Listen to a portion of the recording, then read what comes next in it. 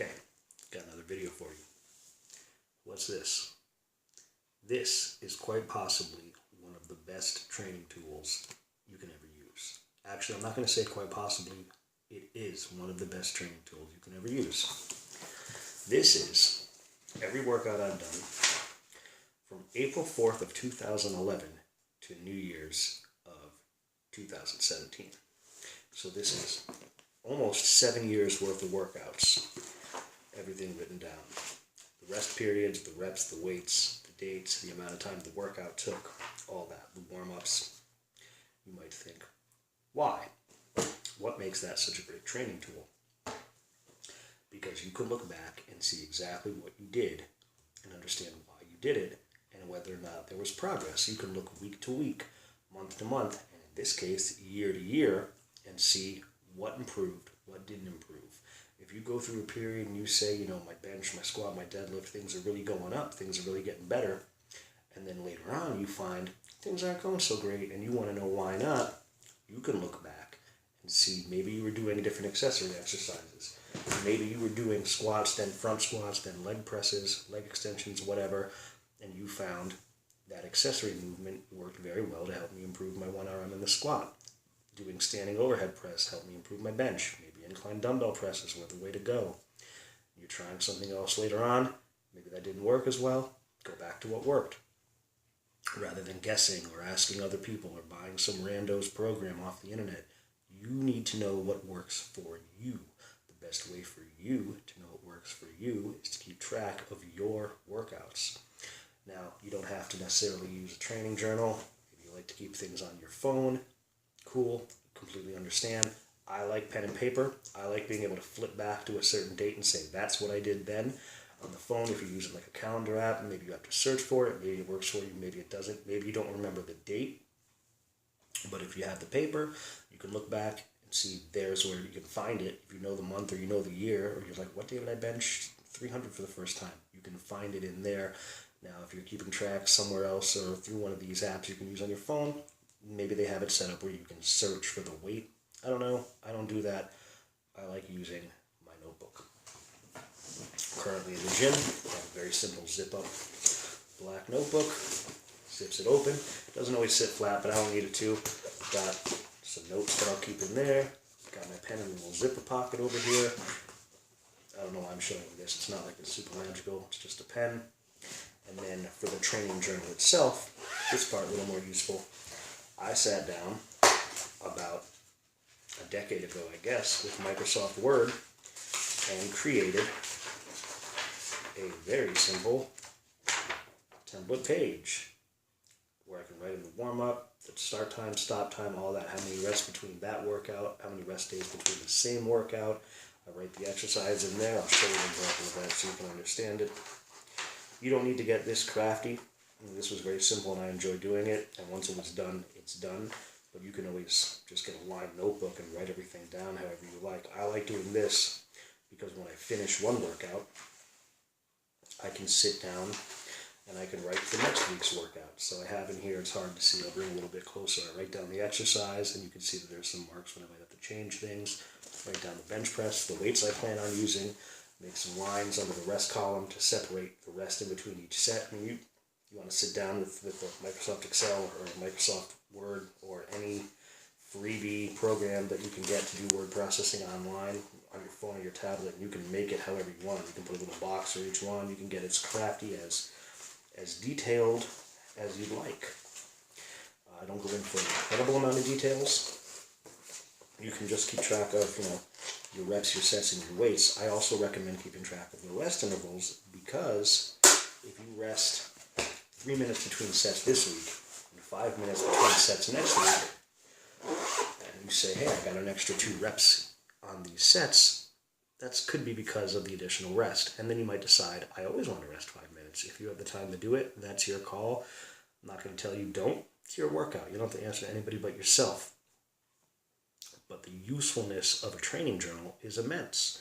If you look back for exactly these reasons, maybe a longer rest period provides you with better results. Maybe you built more muscle over a 10, 12, however many week period of time. Maybe you didn't. Maybe you lost muscle during a training cycle, or you've been gaining some body fat. I don't keep a food journal, but that's another reason. The same as a dieter may keep a food diary and may track their macros and know how many calories they're eating. In this case, you'll know what weights you're lifting for how many reps and how many sets. Maybe adding a set was good, maybe adding a set was bad. And it wouldn't necessarily be from one workout to the next. You would need a period of time to know. But maybe you look back and you say, you know what, for the last 3 months I added 2 sets to my incline presses. Things aren't getting any better. Cut those down. Go back to what worked before. Maybe it is going better. And you know that that will provide value. Maybe it gets better for X number of weeks. Then you start to overtrain. Now you know to cut back. And you can, after a period of time, say, I'm going to try this again in a few months after I've recovered and after everything is getting back to normal. Get some more gains from that, cut back again. It can help you know when you need to deload. You can look for patterns in your training. The value is better than any supplement you're going to buy. Knowledge is power, and knowing about your own training, knowing what happens when you do your lifting, is going to be better than creatine, protein, pre-workout, any of these gray market supplements you can buy. You need to know you. And the more you know about you, the better you're going to progress. There's really no getting around it. If you're keeping track on your phone, you can basically do that forever. You don't have to buy paper, you don't have to use printer ink, whatever. But it's not terribly expensive to go out and get like $1 or a $2 notebook, which can last you weeks, months, what have you. And if you want to, you can also chart what your lifts are, like a max lift on a given day, and then you hit a new PR, and you can always track when you hit those PRs. And that way, I like to do that on my tablet. I keep a spreadsheet. I know what date I hit what weight. I can always look back in my training journal, look for that date, see what I was doing then, what was I doing for accessory exercises, how many rest days did I have in a week, what was my work experience like during that week. You might have had a heavy period where you were working a lot more hours and things went down. You might not have been sleeping as good. I like to track my sleep on the Fitbit. I don't really count on it so much for calories, but the sleep tracking is spot on. I might talk about that in a future video. But you can keep track of whatever variables you want. In theory, the more the better, as long as you don't get too bogged down and fall into a paralysis by analysis. Do your workouts, but write them down. Know what you're doing. There's tremendous benefit to knowing how something affects you. Maybe you get incredibly sore. You can make a note of that. Then you know doing this, this, and this makes me too sore to do what I need to do the next day. Maybe it works fantastic for you. Maybe you got a great pump. Maybe you can get to a point where it almost feels like the off workout is the good workout. And the more you track things, the more you'll be able to narrow down what works for you and what doesn't work for you. If you do an exercise and it makes you feel like crap, or it hurts, or it doesn't feel good, you might know that, but you might not be paying attention to write it down enough to know these 3 or 4 exercises, when put together, maybe create a little bit of an overuse injury, and for the next week things bothered you, and you shouldn't do all that. Maybe not. Maybe certain exercise combinations work synergistically very well so that you get even better progress. That training journal is going to make it a lot easier to start narrowing down when things are working and when things weren't. You can't measure what you don't track, and it doesn't cost anything, really, in the grand scheme, to start tracking what you're doing in the gym. If you want to do it on your phone, you can pretty much do it for free. You don't have to buy an app. I'm sure there's programs in there. You can do it in a notepad and just write everything down and just make a new note for each workout, and then use search functions to find what you're looking for. I really enjoy using pen and paper. It works very well for me. And it can also be humbling because it can show you that it took you, in my case, there's times where it took me 18 months to add 15, I think it was 25 pounds to my bench because I hadn't tried maxing. My max at one point was 340, and it took me about a year and a half to get to 365. I didn't try to max in between, but knowing how long that took, it's a big deal. And then it took me more than another year to get to 370. And now lately, things have been going up and up and up each week almost. So it's nice to know that, if anything, my progress has unfortunately been slower than I'd like. But it's still been progress, and I don't plan on stopping lifting anytime soon, so I'm not really mad about it. But it's nice to know the time frame that those things were done, and I can look back and say, when I hit that 365 bench, what else was I doing? Was I doing lateral raises? No. Was I doing overhead presses? Yes. So if I want to up my bench, I know that overhead presses and incline presses have a carryover to my bench press, and that helps me lift more. So rather than do guesswork or say, well, maybe I'll try this, maybe I'll try that, go back to what you know is tried and true for you to make progress, and that can only happen if you're keeping track of it. So I definitely recommend using a training journal. It is a fantastic tool.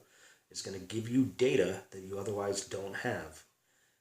And there's no downside to doing it. If anything, the idea of it, you grab that training journal, you head to the gym, is another sort of, it's another aspect to kind of get you into the zone. Like, this is the book where I write my training down in. I'm going to the gym now. It gets you into the right mindset. I like to fill things out beforehand with the sets and weights and reps I want to do, which also helps with consistency and accountability, doing the program that you plan on doing. If you have a program that you want to do that you got from someone else, what have you, write it down, start setting it up.